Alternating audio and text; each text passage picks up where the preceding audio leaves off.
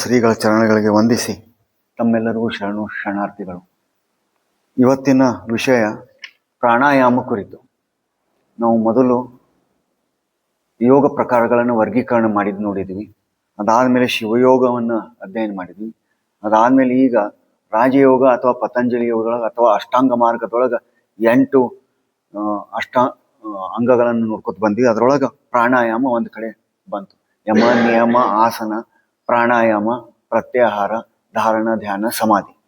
ಅದಾದಮೇಲೆ ಹಠಯೋಗವನ್ನು ನೋಡಿದ್ವಿ ಸಂಕ್ಷಿಪ್ತವಾಗಿ. ಅದರೊಳಗೆ 4 ಪಾದಗಳು: ಆಸನ, ಪ್ರಾಣಾಯಾಮ, ಬಂಧ ಮತ್ತು ನಾದಾನುಸಂಧಾನ. ಇಲ್ಲಿ ಪ್ರಾಣಾಯಾಮ ಬಂತು. ಇನ್ನು ಶ್ರೀಗಳು ನಾವು ಶಿಬಿರಾರ್ಥಿಗಳಿದ್ದಾಗ ಏನು ಹೇಳ್ತಿದ್ರು ಅವುಗಳನ್ನು ದಿನಚರಿ, ಶಿಬಿರಾರ್ಥಿಯ ದಿನಚರಿ, ಆಮೇಲೆ ಅವ್ರು ಪ್ರವಚನ ಮಾಡಿದ್ದನ್ನು ನಾವು ಪಠ್ಯಕ್ರಮ 1 ಸಿಲೆಬಸ್ 1 ಅಂತ ಹೇಳಿ ಮಾಡಿದ್ದಿದೆ. ಅಲ್ಲಿಂದ ಮತ್ತು ದಿ ಡೈಮೆನ್ಷನ್ಸ್ ಆಫ್ ಯೋಗ ಅದರಲ್ಲಿ ಅವರೇನು ಉಲ್ಲೇಖ ಮಾಡ್ಯಾರ, ಇವುಗಳಿಂದ ನಾವು ಇವತ್ತಿನ ವಿಷಯ ತಗೊಂಡೇವೆ. ಈಗ ಪ್ರಾಣಾಯಾಮ ಇದರ ಅರ್ಥ ಏನು ಕೊಡ್ತೈತೆ ಅಂದ್ರೆ, ಪ್ರಾಣ ಆಯಾಮ, ಪ್ರಾಣವನ್ನು ನಾವು ಒಳಗೆ ತೆಗೆದುಕೊಳ್ಳುವುದು, ಇದು ಪ್ರಾಣಾಯಾಮದ ಮೂಲ ಅರ್ಥ. ಒಂದು ವಚನ ಸಾಹಿತ್ಯದಲ್ಲಿ ಬಂತು, ಪಿಂಡಾಂಡ ಮತ್ತು ಬ್ರಹ್ಮಾಂಡ ಅಂತೇಳಿ. ಅಂದ್ರೆ ಅಂತರ್ಸೃಷ್ಟಿ ಮತ್ತು ಬಹಿರ್ಸೃಷ್ಟಿ ಇವುಗಳ ನಡುವೆ ಒಂದು ಸಮತೋಲನ, ಒಂದು ಸಾಮರಸ್ಯ ಇರಬೇಕು. ಆ ಸಾಮರಸ್ಯ ಇಲ್ಲ ಅನ್ನೋದು ಇವತ್ತಿನ ಎಲ್ಲ ತೊಂದರೆಗಳಿಗೆ ಕಾರಣ. ಶ್ರೀಗಳೇನು ಹೇಳ್ತಾರೆ ಅಂದ್ರೆ, ನಮ್ಮ ಉಸಿರಾಟ, ನಮ್ಮ ಮನಸ್ಸು ಮತ್ತು ನಮ್ಮ ಶರೀರ ಇವುಗಳ ನಡುವೆಯೇ ಸಾಮರಸ್ಯ ಇಲ್ಲ ಅಂಥೇಳಿ ಎಲ್ಲ ಈ ಬ್ಯಾಡಾದ ವಿಷಯಗಳೇನದಾವ, ಆರೋಗ್ಯದ ಕುರಿತು ಇರಲಿ, ಸಾಮಾಜಿಕ ಅಸಮತೋಲನ ಇರಲಿ, ಯಾವುದೇ ಇರಲಿ, ಇದಕ್ಕೆಲ್ಲ ಕಾರಣ ಇದೆ ಅಂತ ಹೇಳ್ಯಾರ. ಇನ್ನು ಹೊರಗಿನ ಸೃಷ್ಟಿಯಿಂದ ನಾವು ಉಸಿರಾಟವನ್ನು ಏನು ತಗೋತೇವೆ, ಉಸಿರನ್ನ ಒಳಗೆ ತಗೋತೇವಿ, ಕೇವಲ ರಸಾಯನವನ್ನು ಮಾತ್ರ ತಗೊಳಂಗಿಲ್ಲ, ಆಮ್ಲಜನಕವನ್ನು ಮಾತ್ರ ನಾವು ತಗೋತೇವಿ. ಅಂದ್ರೆ ಕೆಮಿಕಲ್ ಇನ್ಹೇಲೇಷನ್ ಅಂತ ಏನಂತೇವಿ ಅಷ್ಟ ನಡೆಯಂಗಿಲ್ಲ. ಶ್ರೀಗಳು ಹೇಳಿದ್ದೇನಂದ್ರ, ಖಲೀಲಗಳು ಅಂದ್ರೆ colloidal substance, ions, negative ions ಅಂದ್ರೆ ವಿದ್ಯುತ್ ಅಂಶಗಳನ್ನು ಸಹಿತ ನಾವು ಒಳಗೆ ತಗೋತೇವೆ ಅನ್ನೋದು ಪ್ರಾಣಾಯಾಮದ ವಿಶೇಷ. ತಪೋವನದ ಅಥವಾ ಶ್ರೀಗಳ ಪ್ರಾಣಾಯಾಮದ ವೈಶಿಷ್ಟ್ಯ ಏನಂದ್ರ, ಅದು ಮನಃಶಾಸ್ತ್ರ ಮತ್ತು ನರಶಾಸ್ತ್ರ ಇವೆರಡರ ಆಧಾರಿತವಾಗಿದೆ. ವೈಜ್ಞಾನಿಕವಾದಂಥ ಪ್ರಾಣಾಯಾಮ ನಾವು ಮಾಡಬೇಕು, ಕೇವಲ ಕಾಟಾಚಾರಕ ಅಥವಾ ರೂಢಿಗತವಾಗಿ ಪರಂಪರಾಗತವಾಗಿ ಮಾಡುವುದಲ್ಲ. ಇನ್ನು ಈ ಪ್ರಾಣಾಯಾಮ ಹೆಂಗೆ ಕಂಡು ಹಿಡಿದ್ರು ಅಂದ್ರೆ, ಇತ್ತೀಚೆಗೆ ಒಬ್ಬ ವ್ಯಕ್ತಿ ಕೆಲಸ ಮಾಡ್ಬೇಕಂತಂದ್ರೆ ಒಂದು ಬಿಲ್ಡಿಂಗ್ದಿಂದ ಬಿದ್ದ, ಸುಮಾರು 20-30 ಫುಟ್ ಬಿಲ್ಡಿಂಗ್ದಿಂದ ಕೆಳಗೆ ಜಾರಿ ಬಿದ್ದ. ಆ ಬೀಳ್ಬೇಕಾತಂದ್ರೆ ಅವ ಉಸಿರು ಗಟ್ಟಿ ಹಿಡ್ದಿದ್ದ. ಕೆಳಗೆ ಬಿದ್ದಾಗ ಅವಂಗೆ ಏನೂ ಆಗ್ಲಿಲ್ಲ. ಅವಾಗ ಗುರ್ತಾತು, ಈ ಉಸಿರು ಹಿಡಿದ್ರೊಳಗೆ ಏನೋ ಒಂದು ಶಕ್ತಿ ಐತೆ ಅಂತ ಹೇಳಿ. ಅವನು ಸಂಶೋಧನೆ ಮಾಡ್ದಂಗೆ ಇತ್ತೀಚೆಗೆ ಇದು ಹೊಸದಾಗಿ ಬಂತು. ಎರಡನೇದು ಆಮೆ, ಟಾರ್ಟೈಸ್. ಇದೇನ ದೇವಸ್ಥಾನದೊಳಗೆ ಹೋದ ಕಡೆ ಒಂದು ಮೂರ್ತಿಯನ್ನು ನಾವು ನೋಡ್ತೇವಿ. ಈ ಪ್ರಾಣಿ, ಅದರಲ್ಲಿಯೂ ಭಾರತೀಯ ಟಾರ್ಟೈಸ್, ಅದಕ್ಕೆ 120 ವರ್ಷಕ್ಕಿಂತ ಹೆಚ್ಚಿನ ಆಯುಷ್ ಇದೆ. ಅದರ ಲೈಫ್ ಸ್ಪ್ಯಾನ್ 120 ವರ್ಷಕ್ಕಿಂತ ಹೆಚ್ಚು. ಅದು ಒಂದು ತಾಸಿಗೆ 4ರಿಂದ 5 ಮಾತ್ರ ಉಸಿರಾಟ ಮಾಡ್ತೈತಿ. ಅಂದ್ರೆ ಅದರ ಕುಂಭಕ ಅವಧಿ ಎಷ್ಟೈತೆ ಅನ್ನೋದು ನೋಡಿದ್ರ, ಈ ಕುಂಭಕಕ್ಕೂ ಉಸಿರನ್ನ ಹಿಡಿಯೋದಕ್ಕೂ ನಮ್ಮ ಆಯುಷ್ಯಗೂ ಒಂದು ಸಂಬಂಧ ಇದೆ ಅನ್ನೋದು ತಿಳಿತೈತಿ. ಮತ್ತೊಂದು, ಯುದ್ಧದಲ್ಲಿ ರಣಸಂಗೀತ ಅಂತ ಹೇಳಿ ಬಳಸ್ತಾರ. ಅಂದ್ರೆ ವಾದ್ಯ ಮೇಳಗಳಿರ್ತಾವಲ್ಲಿ, ಕಹಳೆ ಇರ್ತೈತಿ, ನಗಾರಿ, ಬೇರೆ ಬೇರೆ ವಾದ್ಯಗಳನ್ನ ಯಾಕೆ ಬಾರಿಸ್ತಾರ ಅಂದ್ರ, ಅದಕ್ಕೆ ಯುದ್ಧ ಸಂಗೀತ ಅಂತ ಕರೀತಾರ. ಆ ರಾಗಗಳ ಇರ್ತಾವ. ಸೈನಿಕರು ಯುದ್ಧಕ್ಕೆ ಹೋಗ್ಬೇಕಾರ ಆ ಸಂಗೀತವನ್ನು ಕೇಳ್ಕೊಂಡು ಹೋಗ್ತಾರ. ಅದು ಒಂದು ಫ್ರೀಕ್ವೆನ್ಸಿ ದಾಟಿತು ಅಂದ್ರ ಆ ಸೈನಿಕರಿಗೆ ಯಾವುದೇ ಗಾಯದ ಸಂವೇದನೆ ಆಗಂಗಿಲ್ಲ. ಸಾವಿನ ಟೈಮ್ದಲ್ಲಿ ಸಹಿತ ಆ ನೋವು ಅವ್ರಿಗೆ ಆಗಂಗಿಲ್ಲ. ಅದಕ್ಕೆ ಆ ಸಂಗೀತವನ್ನು ಅವ್ರು ಕೇಳ್ತಾ ಅವ್ರನ್ನ ಬಾರಿಸಿ ಕಳಿಸ್ತಿರ್ತಾರೆ. ರಣವೀಳೆ ಅಂತ ಹೇಳಿ ಕಟ್ಟಿ ಆ ಸಂಗೀತವನ್ನು ಮಾಡ್ಲಿಕ್ಕೆ ಕಾರಣ ಅಂದ್ರೆ, ಆ ಫ್ರೀಕ್ವೆನ್ಸಿ ಒಳಗೆ ಅವ್ರನ್ನ ಸೆಟ್ ಮಾಡಿಬಿಡ್ತಾರ. ಅದರಿಂದ ಅವ್ರಿಗೆ ಅನಸ್ತೇಶಿಯಾಗತಿ ಆಕೈತಿ. ಅವರ ನೋವು ಅವರಿಗೆ ಅರ್ಥ ಆಗುವುದಿಲ್ಲ ಅನ್ನೋದು ಇದು ಮತ್ತೊಂದು ವೈಶಿಷ್ಟ್ಯ. ಇನ್ನ ಹಠಯೋಗದಲ್ಲಿ ಹ ಮತ್ತು ಠ ಈ ಅಕ್ಷರಗಳನ್ನ, ಅದು ಸೂರ್ಯ ಮತ್ತು ಚಂದ್ರ ಅಂತ ಕರೀತಾರೆ. ಶರೀರದಿಂದ ಹೊರಹೋಗುವ ವಾಯು ಉಷ್ಣ ಇರ್ತೈತಿ, ಶರೀರದ ಒಳಗಡೆ ಹೋಗುವ ವಾಯು ಶೀತ ಇರ್ತೈತಿ. ಇವು 2 ಥರ ನಡವರ್ಕಿನ ಸಮನ್ವಯ, ಅದುವೇ ಹಠಯೋಗ. ನಮ್ಮ ಉಸಿರು ಮತ್ತು ಹೊರಸೃಷ್ಟಿ ಮತ್ತು ಅಂತರ್ಸೃಷ್ಟಿಯ ಒಂದು ಸಮನ್ವಯತೆ ಇದು ಪ್ರಾಣಾಯಾಮದ ಒಂದು ಮೂಲ ಉದ್ದೇಶ. ಇನ್ನು ಪ್ರಾಣಾಯಾಮದಲ್ಲಿ ಶ್ರೀಗಳು ಕೆಲವೊಂದಿಷ್ಟು ಸೂಚನೆಗಳನ್ನು ಕೊಟ್ಟರು. ಒಂದನೇದು, ಪ್ರಾಣಾಯಾಮನ ಬೆಳಿಗ್ಗೆ 15 ನಿಮಿಷ ಸೂರ್ಯೋದಯ ಕಾಲದಲ್ಲಿ ಮತ್ತು ಸಾಯಂಕಾಲ 15 ನಿಮಿಷ ಸೂರ್ಯಾಸ್ತ ಆದ 2 ತಾಸಿನ ನಂತರ ಮಾಡ್ಬೇಕಂತೇಳಿ. ಎರಡನೇದು, ಆಸನಗಳನ್ನ ಮಾಡಿದ ಮೇಲೆ ಪ್ರಾಣಾಯಾಮನ ಮಾಡಬೇಕು. ಮೂರನೇದು, ವಾತಾವರಣ ಹಿತಮಿತ ಬೆಳಕು ಗಾಳಿ ಇರಬೇಕು, ಗಾಳಿ ಭಾಳ ಇರಬಾರ್ದು. ಯಾಕಂದ್ರೆ ಆರಂಭಿಕ ಹಂತದೊಳಗೆ ನಮ್ಗೇನು ಬೆವರು ಬರ್ತೈತಿ ಅದು ಅಶುದ್ಧ ಇರ್ತೈತಿ. ಯಾವಾಗ ಸಾಧನೆಯನ್ನು ಮುಂದುವರಿಸ್ತೇವೋ ಅವಾಗ ಆ ಆ ಬೆವರು ಅದು ನಮ್ಮ ಶರೀರದ ಮೇಲೆ ಸವರಿಸ್ಕೋಬೇಕು ನಾವು. ಇದರಿಂದ ಪ್ರಾಣಶಕ್ತಿ ಹೊರಗೆ ಹೋಗ್ಲಾರ್ದಂಗೆ ಮಾಡ್ತೈತಿ ಇದು ಬೆವರು. ಅದಕ್ಕೆ ಬಹಳಷ್ಟು ಗಾಳಿ ಬೆಳಕು ಇರಬಾರ್ದು. ಇನ್ನ ಪ್ರಾಣಾಯಾಮ ಮಾಡೋಕ್ಕಿಂತ 4 ತಾಸು ಮುಂಚೆ ನಮ್ಮ ಜಠರ, ಮೂತ್ರಕೋಶ, ಹೊಟ್ಟೆ ಖಾಲಿ ಇರಬೇಕು. ಪ್ರಾಣಾಯಾಮ ಆದ ತಕ್ಷಣ ನಾವು ಆಹಾರವನ್ನು ತಗೋಬಾರ್ದು. ಅದೇ ರೀತಿ ಪ್ರಾಣಾಯಾಮದಲ್ಲಿ ನಾವು ಬಹಳ ಮನಪೂರ್ವಕವಾಗಿ ಶ್ರದ್ಧಾಭಕ್ತಿಯಿಂದ ಮಾಡಬೇಕು. ಬ್ಯಾಸರಕಿಲೆ ಮಾಡೋದಾಗಬಾರ್ದು. ಒಂದು ವೇಳೆ ಸಾಯಂಕಾಲ ನಾವು ಸುಸ್ತಾಗಿದ್ವಿ, ಗಣುವಾಗಿತ್ತು ಅಂದ್ರೆ ಸಾಯಂಕಾಲದ ಪ್ರಾಣಾಯಾಮನ ಮೊಟಕು ಮಾಡ್ಲಿಕ್ಕೆ ಅಡ್ಡಿ ಇಲ್ಲ ಅಂತ ಹೇಳ್ತಾರೆ. ಬೆಳಿಗ್ಗೆ ಒಮ್ಮೆ ಆದರೂ 15 ನಿಮಿಷದ ಪ್ರಾಣಾಯಾಮ ಸಾಕು. ಇನ್ನು ಪ್ರಾಣಾಯಾಮದೊಳಗೆ ಸಾಕಷ್ಟು ಮುದ್ರೆಗಳು ಬರ್ತಾವ. ಅದರಲ್ಲಿ ರಾಜಯೋಗದಲ್ಲಿ ಶಾಂಭವಿ ಮುದ್ರೆ, ಕೇಚರಿ ಮುದ್ರೆ ಮತ್ತು ಷಣ್ಮುಖಿ ಮುದ್ರೆ ಅಂತ ಬರ್ತಾವ. ಇಷ್ಟಲಿಂಗ ಪೂಜೆ ಒಳಗೆ ನಾವೇನು ಅನಿಮಿಷ ದೃಷ್ಟಿ ಅಥವಾ ಮೀನು ಕಣ್ಣು ದೃಷ್ಟಿ ಇಡ್ತೇವಿ, ಇದು ಶಾಂಭವಿ ಮುದ್ರೆ. ಈ ಶಾಂಭವಿ ಮುದ್ರೆ ಒಳಗ ಕಣ್ಣು ಮತ್ತು ಉಸಿರಾಟದ ನಡುವೆ ಒಂದು ಸಮನ್ವಯತೆ ಇರ್ತೈತಿ, ಒಂದು ಸಾಮರಸ್ಯ ಇರ್ತೈತಿ. ಅಲ್ಲಿ ನಾವು ಬಹಳಷ್ಟು ಶೋಷಣೆ ಮಾಡಿ ಪ್ರಾಣಾಯಾಮ ಮಾಡೋದು ಅವಶ್ಯಕತೆ ಬೀಳಂಗಿಲ್ಲ ಅಂತ ಹೇಳಿ ಶರಣರು ಈ ಶಾಂಭವಿ ಮುದ್ರೆಯನ್ನ ಇಷ್ಟಲಿಂಗ ಪೂಜೆಯಲ್ಲಿ ಅಳವಡಿಸಿದ್ರು. ವಿಜ್ಞಾನ ಇತ್ತೀಚೆಗೆ ಇದನ್ನು ಒಪ್ಪಿದೆ.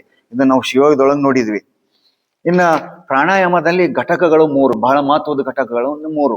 ನಾವು ವಿಶೇಷವಾಗಿ ವೈಜ್ಞಾನಿಕವಾಗಿ ಅಥವಾ ವೈದ್ಯಕೀಯವಾಗಿ ಉಸಿರಾಟವನ್ನ ಉಶ್ವಾಸ, ನಿಶ್ವಾಸ ಮತ್ತು ಪೌಸ್ ಅಥವಾ ಕುಂಭಕ ಅಂತ ಇಷ್ಟ ಕರಿತೇವೆ. ಆದ್ರೆ ಯೋಗ ಭಾಷೆಯಲ್ಲಿ ನಾವು ಉಸಿರನ್ನು ಒಳಗೆ ತಗೊಳ್ಳೋದನ್ನ ಪೂರಕ ಅಂತ ಕರಿತೇವಿ, ಉಸಿರನ್ನ ಹೊರಗೆ ಬಿಡುವುದನ್ನ ರೇಚಕ ಅಂತ ಕರಿತೇವಿ, ಎರಡರ ಮಧ್ಯದ ಅಂತರವನ್ನ ಕುಂಭಕ ಅಂತ ಕರಿತೇವೆ. ಅಂದ್ರೆ ಇವು 3 ಕೂಡಿ ಒಂದು ಘಟಕ, ಒಂದು ಆವರ್ತನೆಯನ್ನ ಮಾಡ್ತಾವ. ಪೂರಕ, ಕುಂಭಕ ಮತ್ತು ರೇಚಕ ಇವು 3 ಒಂದು ಅನುಪಾತದಲ್ಲಿ ಇರ್ಬೇಕಂತ ಶ್ರೀಗಳು ಹೇಳಿದ್ರು. ಅದು 1, 2, 2 ಆರಂಭದಲ್ಲಿ, ಆ ನಂತರ 1, 4, 2. 1 ಅಂಶ ನಾವು ಪೂರಕ ಮಾಡಿದೀವಿ ಅಂದ್ರ 1 ಸೆಕೆಂಡ್, 4 ಸೆಕೆಂಡ್ ಕುಂಭಕ ಮಾಡಬೇಕು, 2 ಸೆಕೆಂಡ್ ರೇಚಕ ಮಾಡಬೇಕು. ಈ ರೇಷಿಯೋದಲ್ಲಿ ಇರಬೇಕು. ಇನ್ನ ಇವು ಒಂದು ವೈಶಿಷ್ಟ್ಯ ಏನಿದೆ ಅಂದ್ರ, ನಮ್ಮಲ್ಲಿ 72,000 ನಾಡಿಗಳಿದಾವ ಅಂತ ಬಂದಾವ. ಯೋಗಶಾಸ್ತ್ರ ಒಳಗೆ ಬೇರೆ ಬೇರೆ ಕಡೆ ಬಂತು, ವಚನ ಸಾಹಿತ್ಯದೊಳಗೂ ಬಂತು. ಚನ್ನಬಸವಣ್ಣವ್ರ ವಚನದಲ್ಲಿ 72,000 ನಾಡಿಗಳು. ಅವುಗಳಲ್ಲಿ ಯಾವ ಪ್ರಮುಖ ಅನ್ಕೋತ ಬಂದ್ರೆ 7ಕ್ಕೆ ಹತ್ತಿದ್ರು. ಅದರಲ್ಲಿ ವಜ್ರ, ವಜ್ರಾಣಿ ಅಂತ ಹೇಳಿ. ಕೊನೆಗೆ 3 ನಾಡಿಗಳು ಬಹಳ ಶ್ರೇಷ್ಠ ಅಂತೇಳಿ ಅವರು ಕಂಡುಕೊಂಡ್ರು. ಅದು ಈಡ, ಪಿಂಗಳ ಮತ್ತು ಸುಷುಮ್ನ. ಎಡಕಿನ ಭಾಗ ಈ ಎಡ ಹೊರಳಿಗೆ ಸಂಬಂಧಪಟ್ಟಂತೆ ಅದು ಈಡಾ ನಾಡಿ, ಬಲಕಿನ ಭಾಗ ಅದು ಪೂರಕಕ್ಕೆ ಸಂಬಂಧಪಟ್ಟಂತೆ ಬಲ ಹೊರಳಿಗೆ ಸಂಬಂಧಪಟ್ಟಂತೆ ಅದು ಪಿಂಗಳ ನಾಡಿ, ಎರಡರ ನಡುಮಧ್ಯದಲ್ಲಿ ಸುಷುಮ್ನ ನಾಡಿ ಅಂತ ಹೇಳಿ ಇದೆ. ಮೇರುದಂಡವನ್ನ ಬ್ರಹ್ಮದಂಡ ಅಂತೇಳಿ ಕರೆದಿದ್ದಾರೆ. ಆ ಬ್ರಹ್ಮದಂಡದ ಸುತ್ತಲೂ ಇವು 2 ಸುರುಳಿ ಸುತ್ತಿರ್ತಾವೆ, ಈಡ ಮತ್ತು ಪಿಂಗಳ. ಇದನ್ನ ನಾವು ಮರ್ಕ್ಯುರಿ ಕಡ್ಯೂಸಸ್, ರೋಮನ್ ಕಡ್ಯೂಸಸ್ ಅಥವಾ ಮರ್ಕ್ಯುರಿ, ಬುಧ ಗ್ರಹವನ್ನ ರೋಮನರು ಆರೋಗ್ಯ ದೇವತೆ ಅಂತ ಕರೀತಾರೆ. ಈ ವೈದ್ಯರ ಒಂದು ಚಿಹ್ನೆಯನ್ನು ಯೂಸ್ ಮಾಡಿರ್ತಾರೆ, ನೀವು ನೋಡಿರಿ. ಎಡಕ ಬಲಕ ನಾಗರಹಾಮಿನ, ಇದು ನಾಗ ಸಂಪ್ರದಾಯ ಅಂತ ತಗೊಂಡು, ಮೂಲತಃ ಇದು ಭಾರತೀಯ ಸಂಸ್ಕೃತಿಯಿಂದ ತಗೊಂಡದ್ದು. ರೆಡ್ ಕ್ರಾಸ್ ಅನ್ನೋದು ವೈದ್ಯರ ಸಂಕೇತ ಅಲ್ಲ, ತಪ್ಪು ತಿಳ್ಕೊಂಡಾರದು. ವೈದ್ಯರಿಗೆ ಸಲುವಾಗಿ ಒಂದು ಟ್ಯೂಬ್, ಅದರ ಸುತ್ತಲ ಎಡಕ ಬಲಕ ನಾಗರಹಾಮಿನ ಒಂದು ಸರ್ಪ ಏರುವಂತ ಒಂದು ಚಿಹ್ನೆ. ಇದು ಕೆಡುಸಸ್, ರೋಮನ್ ಸಂಕೇತ. ಇದನ್ನು ವೈದ್ಯರ ಸಂಕೇತ, ವೈದ್ಯಕೀಯ ಸಂಕೇತ ಅಂತ ಕರೆದ್ರು. ಇದು ಮೂಲತಃ ಭಾರತೀಯ ಸಂಕೇತ. ಈಡಾ, ಪಿಂಗಳ ಮತ್ತು ಸುಷುಮ್ನಗಳನ್ನ ಅವ್ರೇನು ತೋರಿಸಿದ್ರು, ಆ ಸಂಕೇತವನ್ನ ಇಲ್ಲಿ ತಗೊಂಡರು. 1 ತಾಸು ಯಾವಾಗಲೂ ಈಡಾ ನಾಡಿ ಜಾಗೃತಿ ಇರ್ತೈತಿ, 1 ತಾಸು ಪಿಂಗಳ ನಾಡಿ ಜಾಗೃತಿ ಇರ್ತೈತಿ. ಅವು ಚೇಂಜ್ ಹಾಕೋತ ಇರ್ತಾವ. ನಡಬರ್ಕ ಸುಷುಮ್ನ ನಾಡಿ ಕೆಲವೇ ಕ್ಷಣ ಅದು ಶುರು ಇರ್ತೈತಿ, ಅಂದ್ರೆ ಸ್ವಿಚ್ ಓವರ್ ಟೈಮ್. ನಮಗೇನ್ ಮಾಡ್ಬೇಕಾಗಿತ್ತು ಅಂದ್ರ ಈಡಾ ಮತ್ತು ಪಿಂಗಳಗಳನ್ನು ಹಿಡಿದುಕೊಂಡು, ಯಾಕಂದ್ರೆ ಸುಷುಮ್ನ ನಾಡಿಗೆ ನಾವು ಸಂಪರ್ಕ ಮಾಡ್ಲಿಕ್ಕೆ ಸಾಧ್ಯ ಇಲ್ಲ. ಈ 2 ನಾಡಿಗಳ ಸಂಪರ್ಕ ನಮಗ್ ಸಾಧ್ಯ ಇದೆ. ಇವುಗಳ ಮುಖಾಂತರ ನಾವು ಕುಂಭಕ ಅವಧಿಯನ್ನು ಹೆಚ್ಚು ಮಾಡಿ ಸುಷುಮ್ನ ನಾಡಿಯನ್ನು ಜಾಗೃತಿ ಮಾಡಲಿಕ್ಕೆ ಪ್ರಯತ್ನ ಮಾಡಬೇಕು. ಇದೇ ನಮ್ಮ ಮೂಲ ಉದ್ದೇಶ, ಈಡಾ ಮತ್ತು ಪಿಂಗಳ. ಇನ್ನು ಇದ್ರೊಳಗ ಸಾಕಷ್ಟು ಕುಂಭಕದಲ್ಲಿ ಮತ್ತೆ 3 ಪ್ರಕಾರ ಬರ್ತಾವ. ಅಂತರ್ ಕುಂಭಕ, ಬಹಿರ್ ಕುಂಭಕ ಮತ್ತು ಕೇವಲ ಕುಂಭಕ ಅಂತೇಳಿ. ಅಂತರ್ ಕುಂಭಕ ಅಂದ್ರ ಉಸಿರನ್ನು ತೆಗೆದುಕೊಂಡ ಮೇಲೆ ನಾವು ಬಂಧನ ಮಾಡ್ತೇವಿ, ಅದು ಅಂತರ್ ಕುಂಭಕ. ಉಸಿರು ಬಿಟ್ಟ ಮೇಲೆ ಮಾಡುವುದು ಕುಂಭಕ ಏನಿದೆ ಅದು ಬಹಿರ್ ಕುಂಭಕ.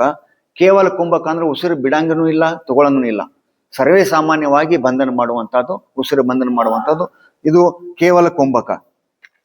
ಈ ಪ್ರಾಣಾಯಾಮದಲ್ಲಿ ಅನೇಕ ಪ್ರಕಾರಗಳದಾವ. ಆದ್ರೆ ಶ್ರೀಗಳು 2 ಪ್ರಾಣಾಯಾಮ ಸರ್ವೇ ಸಾಮಾನ್ಯವಾಗಿ ಎಲ್ಲರೂ ಮಾಡ್ಲಿಕ್ಕೆ ಸಾಧ್ಯ ಅಂತ ಹೇಳಿದ್ರು. ಒಂದನೇದು ಅನುಲೋಮ ವಿಲೋಮ ಪ್ರಾಣಾಯಾಮ, 2ನೇದು ನಾಡಿ ಶೋಧನ. ಹಂಗ ಸಾಧನೆ ಮಾಡ್ಬೇಕನ್ನ ಅವ್ರಿಗೆ ಉಜ್ಜಾಯಿ ಐತಿ, ಶೀತಲಿ, ಶೀತ್ಕಾರಿ, ಮೂರ್ಛಾ, ಇವು ಬೇರೆ ಬೇರೆ ಪ್ರಕಾರದ ಅದಾವ. ಆದ್ರ ಈ ಎರಡು ಮಾತ್ರ ಸರ್ವೇ ಸಾಮಾನ್ಯವಾಗಿ ಅಂದ್ರೆ ಅನುಲೋಮ ವಿಲೋಮ ಮತ್ತು ನಾಡಿ ಶೋಧನ ಇವೆರಡು ಸಾಕಂತಂದ್ರು. ಅನುಲೋಮ ವಿಲೋಮ ಮಾಡ್ಬೇಕಂತಂದ್ರೆ ಮೊದಲು ಎಡಗಿನ ಹೊಳ್ಳೆಯಿಂದ ನಾವು ನಿಶ್ವಾಸ ಮಾಡ್ತೇವೆ. ಅಂದ್ರ ಎಡಗಿನ ಹೊಳ್ಳೆಯಿಂದ ಯಾವಾಗ್ಲೂ ನಾವು ಮೊದಲು ಉಸಿರನ್ನು ಹೊರಗೆ ಬಿಟ್ಟು ಆಮೇಲೆ ಪ್ರಾಣಾಯಾಮವನ್ನು ಆರಂಭ ಮಾಡಬೇಕು. ಈ ಅನುಲೋಮ ವಿಲೋಮದಲ್ಲಿ ಮೊದಲು ಎಡಕಿನಿಂದ ಉಸಿರು ತಗೊಂಡು ಬಲಕಿನಿಂದ ಉಸಿರು ಬಿಡ್ತೇವೆ, ಬಲಕಿನಿಂದ ತಗೊಂಡು ಎಡಕಿನಿಂದ ಉಸಿರು ಬಿಡ್ತೇವೆ. ಕುಂಭಕ ಇರಂಗಿಲ್ಲ. ಇದನ್ನ ಮಾಡ್ಬೇಕಂತಂದ್ರೆ ಚಿನ್ ಮುದ್ರೆ ಹಾಕ್ಬೇಕಂತಾರ. ಚಿನ್ನ ಮುದ್ರೆ ಮತ್ತು ಚಿನ್ಮಯ ಮುದ್ರೆ ಇವುಗಳಲ್ಲಿ ಸ್ವಲ್ಪ ಮಾತ್ರ ವ್ಯತ್ಯಾಸ ಇದೆ.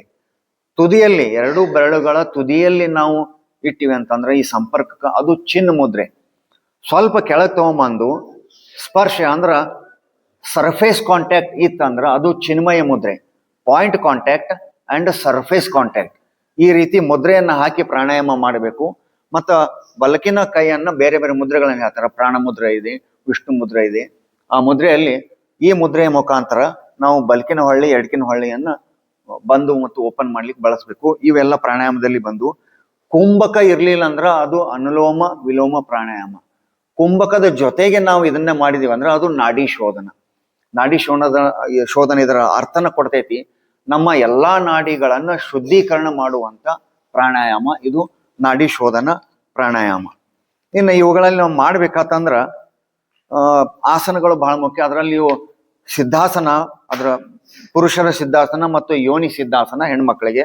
ಸರ್ವೇ ಸಾಮಾನ್ಯವಾಗಿ ನಾವು ಸುಖಾಸನ ಅಥವಾ ಪದ್ಮಾಸನದೊಳಗೆ ಮಾಡಿದ್ರೆ ಸಾಕಂತಾರ. ಶರೀರ ವರ್ಟಿಕಲ್ ಇರಬೇಕು. ಅಂದ್ರ ಕುತ್ತಿಗೆ ಬೆನ್ನು ಸೊಂಟ ಒಂದೇ ರೇಷೆಯಲ್ಲಿ ಇರಬೇಕು. ಅದಕ್ಕೆ ತಿರುನ್ನತಮ್ ಅಂತ ಹೇಳಿ ಕರೆದ್ರು. ಶ್ರೀಗಳು ಪ್ರಾಣಾಯಾಮ ಮಾಡ್ಬೇಕಂತಂದ್ರೆ ಯಾವ ಚಕ್ರದ ಮೇಲೆ ಮತ್ತು ಶರೀರದ ಯಾವ ಭಾಗದ ಮೇಲೆ ಏನು ಪರಿಣಾಮ ಆಕತಿ ಹಾರ್ಮೋನ್ ಅವುಗಳ ಒಂದು ತುಲನೆ ಮಾಡಿ ಕೊಟ್ಟದ್ದು ಇಲ್ಲಿದೆ. ಒಂದು ಕೂಸು ಹುಟ್ಟಿತು ಅಂದ್ರ ಅದು ಮಾಡುವಂತ ಮೊದಲ ಕೆಲಸ ಅದು ಉಸಿರಾಟ. ಹುಟ್ಟಿದ ತಕ್ಷಣ ಉಸಿರು ತಗೊಳ್ಳಿಲ್ಲ ಅಂದ್ರ, ಆ ಉಸಿರು ತೋಯ್ತು ಅಂದ್ರ ಆ ಕೂಸು ಅದ್ರ ಸಂಕೇತ ಅಂದ್ರ ಅಳುದು. ಒಂದು ವೇಳೆ ಕೂಸು ಅಳಲಿಲ್ಲ ಅಂದ್ರ ಉಸಿರಾಟ ಮಾಡಲಿಲ್ಲ ಅಂದ್ರ ಡಾಕ್ಟರ್ ಬಹಳ ಕಟ್ಪಟಿ ಮಾಡ್ಬೇಕಾಗ್ತದೆ. ತಲೆ ತೆಳಗ್ ಮಾಡಿ ಅದನ್ನ ಕೂಸಿನೆಲ್ಲ ಏನ್ ಮಾಡ್ತಾರೆ, ಬೆನ್ನಿಗೆ ಬಡಿತಾರ, ಟ್ಯೂಬ್ ಅದು ಹಾಕಿ ಕ್ಲಿಯರ್ ಮಾಡ್ತಾರ. ಮೊದಲನೇ ಉಸಿರಾಟ ಅಂದ್ರೆ ಮೊದಲನೇ ಅಳು ಅಂತಂದ್ರ ಅದು ಡೆಲಿವರಿ ಸಕ್ಸೆಸ್ಫುಲ್ ಅಂತ ಹೇಳಿ ಅವ್ರು ಕನ್ಸಿಡರ್ ಮಾಡ್ತಾರೆ. ಮೊದಲನೇ ಉಸಿರದಿಂದ ಕೊನೆಯ ಉಸಿರಿನವರೆಗೂ ನಮ್ಮಲ್ಲಿ ಇತ್ತೀಚಿನ ಕಾಲದಲ್ಲಿ ಒಂದು ಅನಾರೋಗ್ಯಕರವಾದಂತ ವಾತಾವರಣ. ಅಂದ್ರೆ ನಮ್ಮ ಉಸಿರಾಟ ಸರಿ ಇಲ್ಲ. ಅದಕ್ಕೆ ಉಸಿರಾಟದಲ್ಲಿ 4 ಪ್ರಕಾರಗಳು ಅಥವಾ ಪ್ರಾಣಾಯಾಮದಲ್ಲಿ 4 ಹಂತಗಳನ್ನ ಶ್ರೀಗಳು ಕೊಟ್ಟರು. ಮೊದಲನೇದು ಗರಿಷ್ಠ ಪ್ರಾಣಾಯಾಮ, ಅದು ಕಂಠಕೂಪದಲ್ಲಿ ಮಾತ್ರ ನಡೆಯುವಂಥದ್ದು.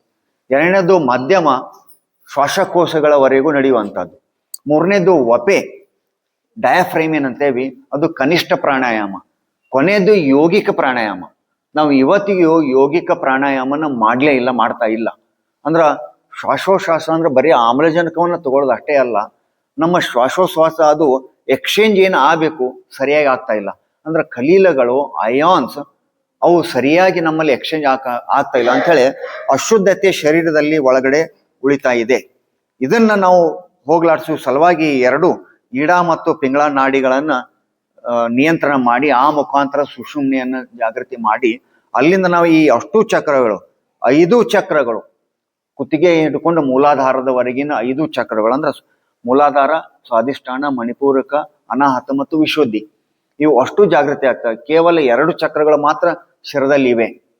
ಈ ರೀತಿ ಜಾಗೃತಿ ಆದ ಮೇಲೆ ನಮಗ್ ನಿಜವಾದಂತ ಯೋಗಿಕ ಪ್ರಾಣಾಯಾಮ ಅದು ನಮಗ ಸಿಗ್ತೈತಿ. ಇನ್ನ ಮುದ್ರೆಗಳ ಪ್ರಕಾರ ನಾವು 2 ಮುದ್ರೆ 3 ಮುದ್ರೆ ಅಷ್ಟೇ ಉದಾಹರಣೆ ತಗೊಂಡೇವಿ. ಅದ್ರೊಳಗೆ ಸಾಕಷ್ಟು ಅದಾವ. ತ್ರಿಶೂಲ ಮುದ್ರಾ ಅಂತ ಇದೆ, ಪ್ರಾಣ ಮುದ್ರಾ, ಅಪಾನ ಮುದ್ರಾ, ಲಿಂಗ ಮುದ್ರಾ, ಬೇರೆ ಬೇರೆ ಅದಾವ. ಇವು 2 ಮುದ್ರೆಗಳನ್ನು ವಿಶೇಷವಾಗಿ ಬಳಸ್ತಾರ. ಪ್ರಾಣ ಮುದ್ರಾ ಇದರಿಂದ ಪ್ರಾಣ ಶಕ್ತಿ ಹೆಚ್ಚಾಗ್ತೈತೆ ಅಂತ ಹೇಳಿ. ಮತ್ತೊಂದು ಇದು ಚಿನ್ನ ಮುದ್ರೆ, ನಾವು ಆರಂಭ ಮಾಡ್ಬೇಕಾದ್ರೆ ಏನು ಕುಂಡಿರ್ತೇವೆ ಅದು. ಆಮೇಲೆ ಈ ಪ್ರಾಣಾಯಾಮದಿಂದ ಉಪಯೋಗ ಏನಾಗ್ತೈತೆ ಅನ್ನೋದು ಒಂದು ಪ್ರಶ್ನೆ. ಪ್ರಾಣಾಯಾಮದಿಂದ ವೃದ್ಧಾಪ್ಯ ದೌಡು ಬರಂಗಿಲ್ಲ. ಅಂದ್ರೆ ನಮ್ಮ ಶರೀರ ಪ್ರಾಣಾಯಾಮ ಮಾಡೋದ್ರ ಮುಖಾಂತರ ಸಾಫ್ಟ್ ಮತ್ತು ಫ್ಲೆಕ್ಸಿಬಲ್ ಆಗ್ತೈತಿ. ಇದಕ್ಕಿಂತ ಮುಂಚೆ ನಾವು ಆಸನ ಮಾಡಿ ಯಾಕೆ ಪ್ರಾಣಾಯಾಮಕ್ಕೆ ಬರ್ತೇವೆ ಅಂದ್ರೆ ಮೊದಲು ಶರೀರ ಗಟ್ಟಿ ಆಗ್ಬೇಕು. ಪ್ರಾಣಾಯಾಮವನ್ನು ಮಾಡಲಿಕ್ಕೆ ಆ ಶಕ್ತಿಯನ್ನ ತೆಗೆದುಕೊಳ್ಳಲಿಕ್ಕೆ ನಮಗೇನು ಅರ್ಹತೆ ಬೇಕು, ಅರ್ಹತೆ ಕೊಡುವುದೇ ಆಸನಗಳು. ಇದಾದ್ಮೇಲೆ ಈ ಪ್ರಾಣಾಯಾಮ ಮಾಡೋದ್ರಿಂದ ನಮಗೆ ಶ್ವಾಸ ಸಂಬಂಧಿ ಅಂದ್ರೆ ಕೇವಲ ಆಹಾರವನ್ನ ಅನ್ನಮಯ ಕೋಶ, ಪ್ರಾಣಮಯ ಕೋಶ, ವಿಜ್ಞಾನಮಯ ಕೋಶ ಏನದಾವ ಇದ್ರೊಳಗ ಅನ್ನವನ್ನ ಊಟವನ್ನ ನಾವು ಬಾಯಿಯಿಂದ ಮಾಡಿ ಮಲ ವಿಸರ್ಜನೆ ಮಾಡಿದಾಗ ಆ ಸತ್ವಗಳು ಪಚನ ಕ್ರಿಯೆ ಮುಖಾಂತರ ಸತ್ವಗಳು ಏನ್ ನಮ್ಮ ಶರೀರಕ್ಕೆ ಪೋಷಕಾಂಶಗಳು ಸಿಗ್ತಾವು, ಇದು ಒಂದು ಪ್ರಕಾರ. ಆದ್ರ ಮೂಗಿನ ಮುಖಾಂತರ ಉಸಿರನ್ನ ತೆಗೆದುಕೊಂಡು ಅದು ಶ್ವಾಸಕೋಶಗಳ ಮುಖಾಂತರ ರಕ್ತಕ್ಕೆ ಎಕ್ಸ್ಚೇಂಜ್ ಆಗಿ ಈ ಆಮ್ಲಜನಕ ಅಥವಾ ಅಯಾನುಗಳು ಏನು ಶರೀರ ತುಂಬ ಹೋಗಬೇಕು, ಇದು ಎರಡನೇ ಶರೀರದ ರಕ್ಷಣೆ ವಿಧಾನ. ಈ ಎರಡರ ಒಂದು ಸಮನ್ವಯತೆ ನಮಗೆ ಬೇಕು. ಇದರಿಂದ ವೃದ್ಧಾಪ್ಯ ಬರಂಗಿಲ್ಲ, ಅನೇಕ ರೋಗ ರುಜಿನಗಳು ಬರಂಗಿಲ್ಲ, ಮತ್ತು ನಮ್ಮಲ್ಲಿ ಎಕ್ಸ್ಚೇಂಜ್ ಅಂದ್ರೆ ಕಾರ್ಬನ್ ಡೈಆಕ್ಸೈಡ್ ಇದರ ಬಿಡುಗಡೆ ಮತ್ತು ಆಮ್ಲಜನಕದ ಸ್ವೀಕಾರ ಈ ರೇಷಿಯೋ ಹೆಚ್ಚಾಗಬೇಕು. ಹೆಚ್ಚು ತೆಗೆದುಕೊಂಡು ಕಡಿಮೆ ಇಡ್ಬೇಕಂದ್ರ ನಮ್ಮ ದೇಹದ ಕಳೆಯುವಿಕೆ ಕಡಿಮೆ ಆಗಬೇಕು, ದೇಹ ನಾಶವಾಗುವ ಆ ಕ್ರಿಯೆಗಳು ಅವು ಕಡಿಮೆ ಆಗಬೇಕು, ದೇಹದ ಸಂರಕ್ಷಣೆಯ ಕ್ರಿಯೆಗಳು ಹೆಚ್ಚಾಗಬೇಕು. ಇದು ಇವತ್ತಿನ ಸಂಕ್ಷಿಪ್ತ ಮಾಹಿತಿ. ಬಂಧಗಳು ಮತ್ತು ನಾದಾನುಸಂಧಾನಗಳ